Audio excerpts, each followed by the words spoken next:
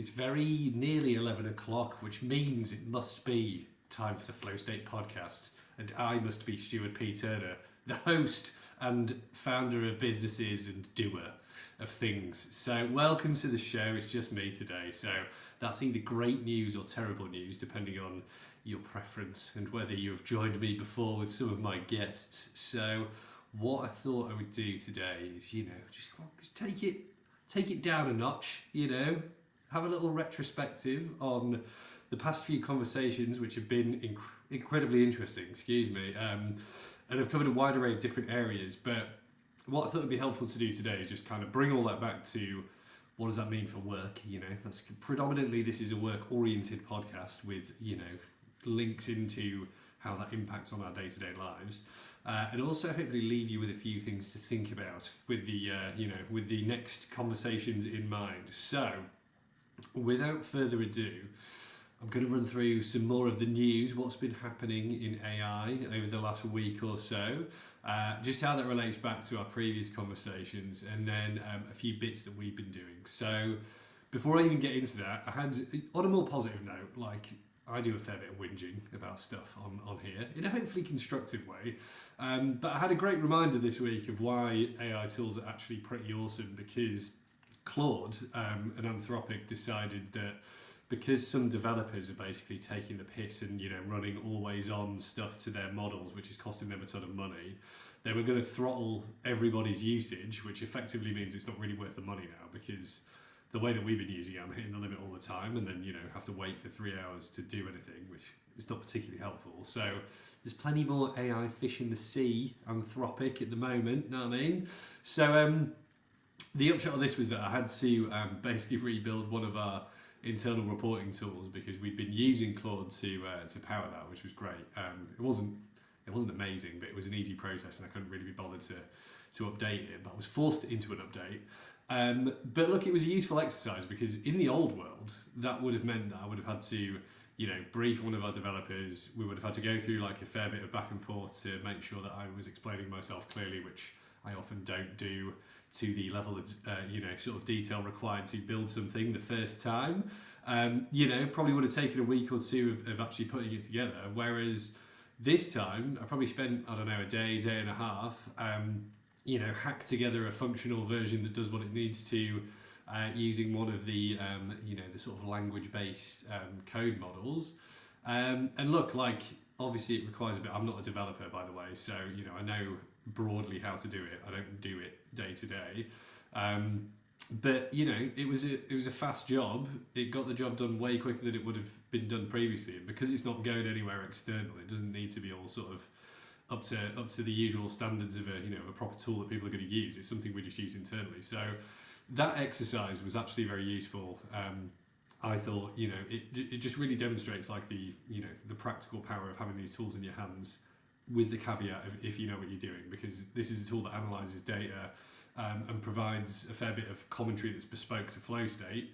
However, there are a load of ways that can go wrong. So it's still trying to make stuff up. It was still introducing errors and breaking stuff, and there was a lot of back and forth on why that was happening and how it was happening, which is where these things can fall over. But I just wanted to use that example as a more positive spin on what's happening with the tools, because they are good. They're good for work. Let's not pretend that they're not, but there are some more serious concerns that we need to think about. So getting into the news, there's some fun stuff that's been happening over the last week. Obviously the AI space moves pretty quickly, so there's a few fun things that have been going on. This first story I thought was great, right? So if you follow the news like a hawk, like I do, you may have seen that ChatGPT somewhat radically decided that they were going to index people's public chats in the search results. Now, if, like me,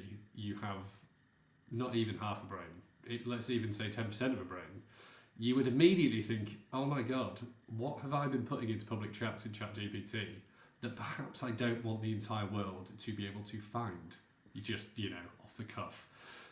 So as you can see from this article, I'll share all the links to these after the show. This change was very rapidly rolled back as OpenAI realised that this was obviously an incredible a terrible decision.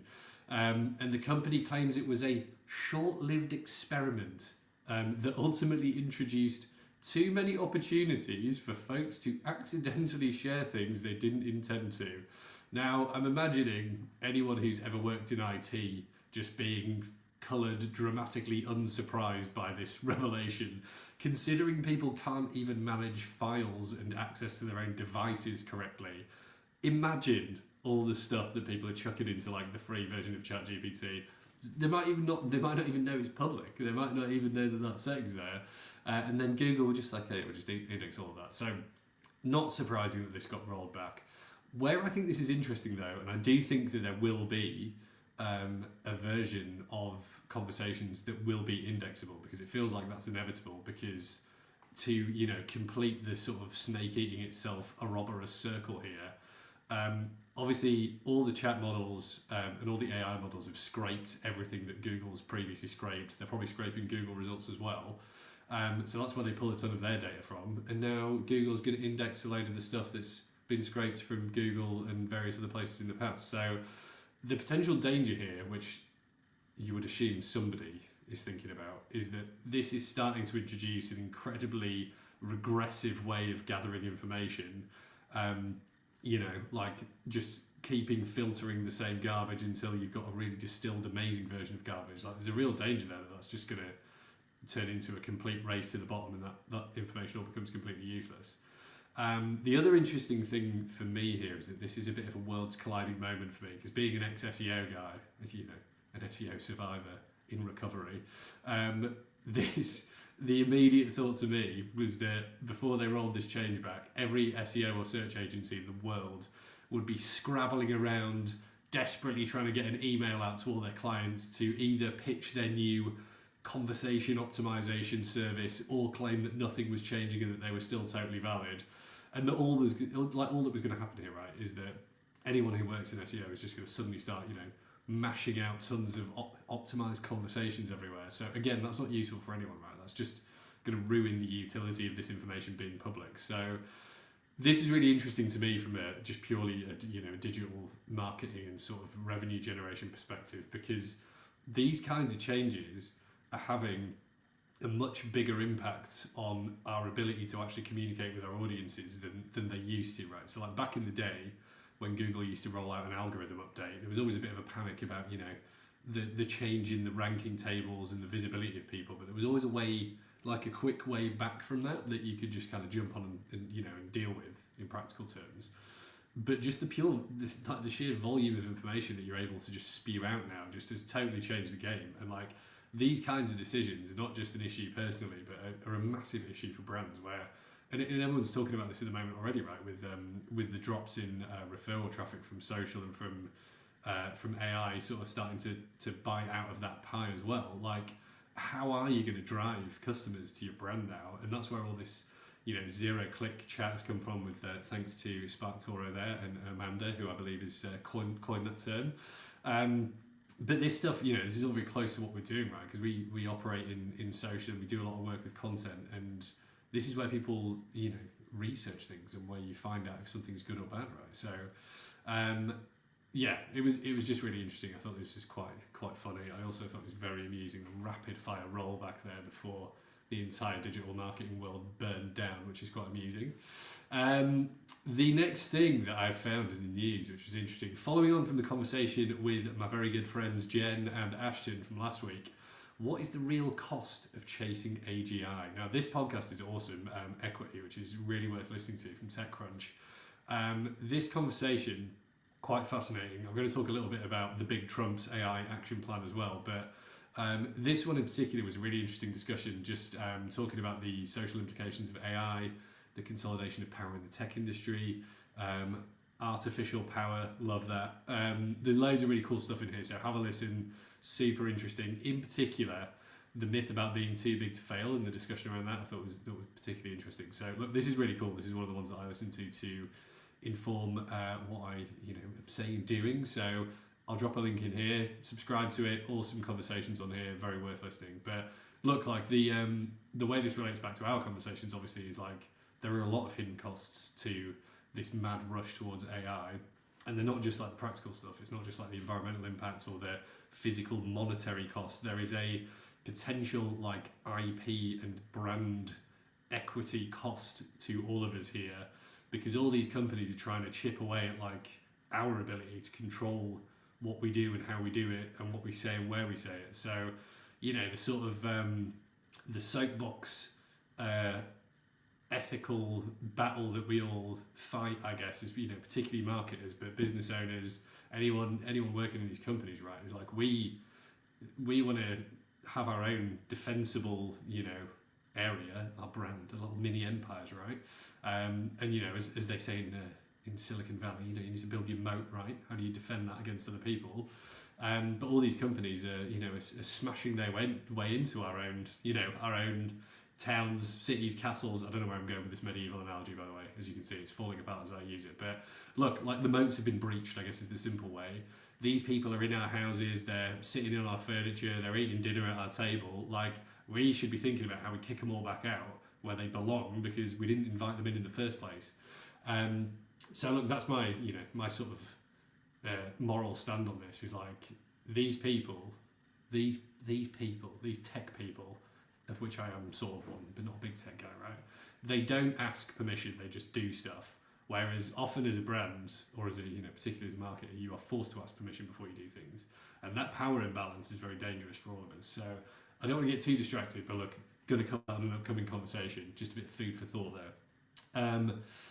And look, well, I suppose the final point there is, look, if you're in a marketing role or you're in a sales role, like you're running these revenue generation teams, like you shouldn't be afraid of going into the boardroom and just being like, look, what are we doing at a business strategy level to defend our IP and defend our territory? Like, what is going on there? Because that goes beyond revenue generation functions. That is like a business strategy level discussion, and decisions need to be made about how and who you work with and what we're doing. So, look, I just think that's really interesting. I don't know how much of that conversation is going on at the C-suite level. I feel like everyone gets pushed around a lot still by the big tech agenda, or they're very excited about leveraging new technologies, as we've spoken about before. And that excitement needs to be tempered with awareness of the risk and risk mitigation strategy. And look, I think a lot of that can come from the coalface, which is your, you know, interface with your customers and your potential customers. So there you go. Next one on the list. So, should Silicon Valley celebrate Trump's AI plans? Now, again, if you're a bit of a political nerd, as I am, it's been an interesting ride, the old Trump administration so far. I'm still on the fence as to whether he actually knows what he's doing on the tech front, or if he is just some sort of idiot savant who's sort of, you know, got an intuitive knack for knowing what the next move should be. But obviously he and Elon had their alleged falling out. Like, you know, I've got theories about how that all shaked out. But again, this is from Equity, another really interesting discussion. Trump has unveiled a plan for AI, an AI action plan. It's an interesting plan, and the reason I'm talking about this, if you're like Stu, you're clearly not in America, you sound British, and I live in Australia. But look, America still leads the way and dictates a lot of what happens globally here. A lot of these big businesses are based out of the States, and whether we like it or not, you know, the way the wind's blowing over there is often a good indication of the way it's going to blow for us down here in Australia and across APAC. So it's always worth keeping an eye on what is happening. Again, I won't run through what's in here in a ton of detail, but this was another really interesting discussion, so well worth listening to. I'll share the link to this one. And I just want to move on to the link to the next story. So part of Trump's action plan, or what is, you know, what's fallen out from it now, is that all our mates in big tech are basically trying to loosen yet another act that is looking after our physical health and attempting to protect the environment. So there's been some new regulations sort of floating around to loosen environmental regulations. Now, on the surface, obviously that sounds bad, right? Because we need to protect the environment and we don't want to be drinking disgusting water full of filthy chemicals. And we also don't want to allow huge technology businesses to steal all of our water to cool data centers that we may not want on our doorstep. There is a positive side to this, obviously, in that we do need to support and enable technology. And I think the increased attention on things like how we're managing the water supply is important, but we don't just want to let, you know, Silicon Valley rush in, dictate how that should happen, because their agenda is not my individual citizen agenda. And unfortunately, a lot of these people are so rich that they're probably getting sort of well springs installed in their bloody properties, or building houses on, you know, the side of a cliff where they can drink straight out of a mountainside, right? But unfortunately for you and I, we're like, how much chlorine's in my water today? You know, why is there all this weird brown stuff in my water filter? And what is that doing to me? I mean, like, I know we're all full of microplastics already, but I'd rather minimise getting full of any other crap if I can avoid it. So this, you know, obviously ties back to my last conversation on last week's episode, just around our environmental responsibilities and the governance of that. And like, I feel like there is a continued rush to just do stuff here without significant consideration around the bigger picture about how this affects the environment. And like, we touched on this last week, where, you know, I'm all for the push for moving to renewables. Electrification is great. Like, you know, we need to be more serious about doing all this stuff, but you can't just pretend that it's all rosy. You know, like, there's a big conversation to be had about what we do with all these batteries that we're making and where they go, because they're incredibly toxic and full of horrible stuff. And we're kind of operating on a bit of a wing and a prayer, like we'll be able to do something with them in the future at this point. And as my as my brother's constantly reminding me, he works on the ocean.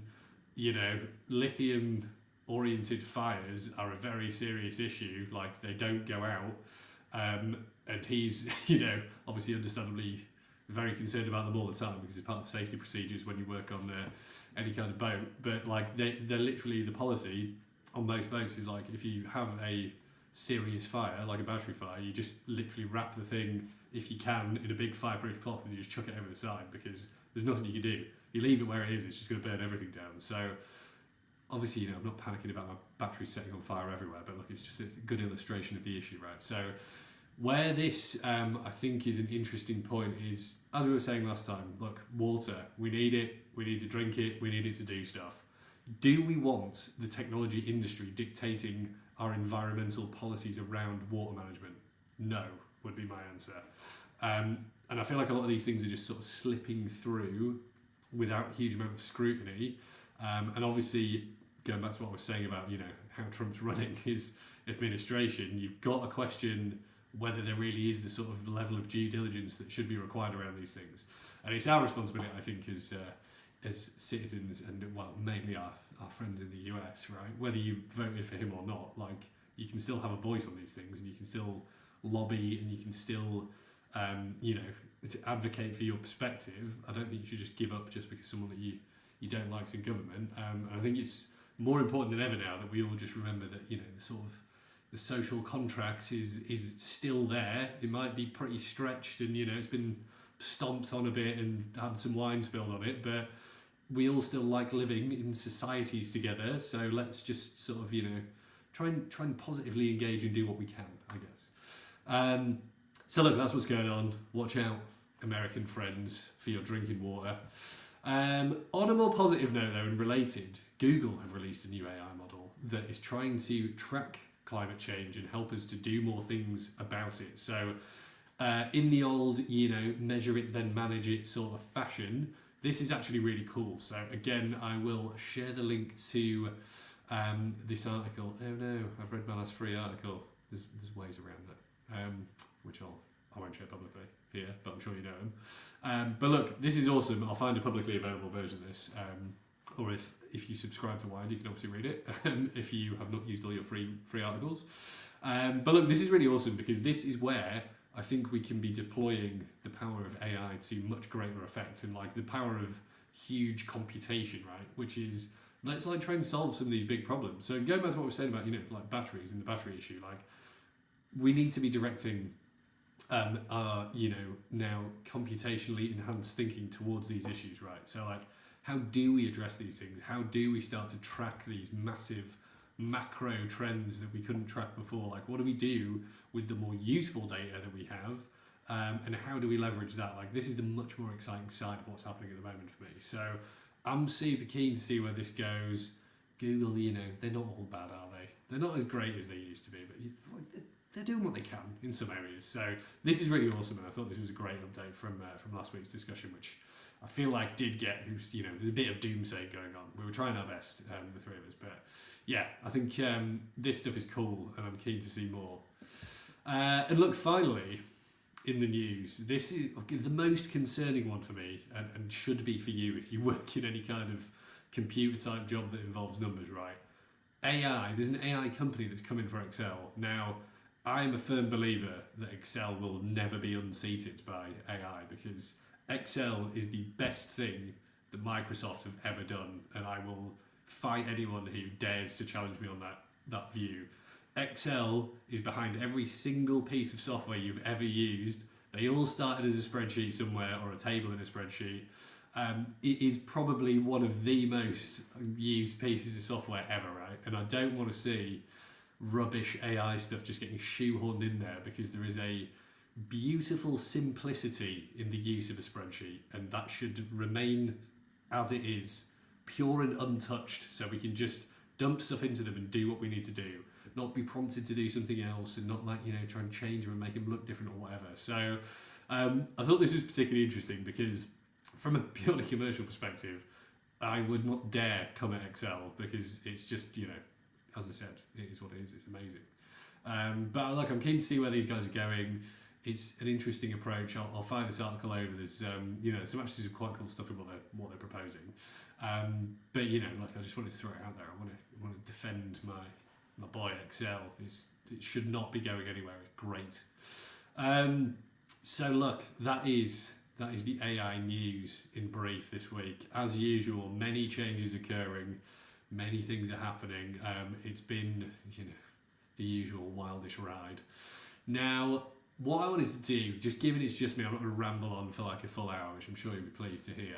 I've also been playing around with another model that I really like from Google, Notebook. Right, so Notebook is a bit more of an academically oriented LLM, and what I've been doing with the podcasts is uploading the audio versions or linking the YouTube videos, and then you can interrogate the discussions and be like, look, if you didn't agree with my perspective, you can ask it for your own perspective. If you wanted to just extract a few key points around a specific question that you have, you can interrogate it that way. So if you're keen to get access to one of the notebooks of the previous episodes, let me know, because I'll have to add you via email to the ones that are in our workspace. If I can shift them over to my personal account, the sharing's a bit more free and easy there, because there's less legal requirements, because we're not paying for Google on that front. But I found it really useful just in going back through conversations and actually sort of reinterpreting what we've been doing, particularly the last few, where we've been covering a lot of ground. We've talked about environmental impact, the social impact, our own personal responsibilities, the impact of AI on your brand position, and your own ESG policies. There's loads of stuff we've covered, and there's a lot of threads from those conversations that all, they're all coming together quite nicely, but sometimes it's hard to sort of extrapolate them in the moment. So that's been really useful. If you're not using the notebook stuff and you are a Google Workspace user, it's really good. It is available in free Google accounts as well. But yeah, look, if you want to interrogate information, particularly like documentation, shows, podcasts, whatever, if you can get hold of the files, you can just upload them, and then you can have a little chat about what's in there. So I have found that very helpful, and I'm happy to share our previous conversations if you would like to interrogate those in your own way. So let me know if you're keen, and I'll share them around. So look, really that's it from me this week. Keeping it a bit shorter and sweeter. We're carrying on with this series through to the end of the year. So as usual, the door is open. If you would like to join me for a conversation on the implications of AI too, then please reach out. You can hit me on LinkedIn. You can get me, where else can you get me? On Insta, Facebook, messages via any place you can find Flow State, basically. I'm always happy to have a chat. We're running weekly, as you know, and over the next few shows, I'm going to get Jen's coming back on. We're going to be digging more into some interesting topics with her. Ashton is rejoining. I think Sarah will rejoin as well.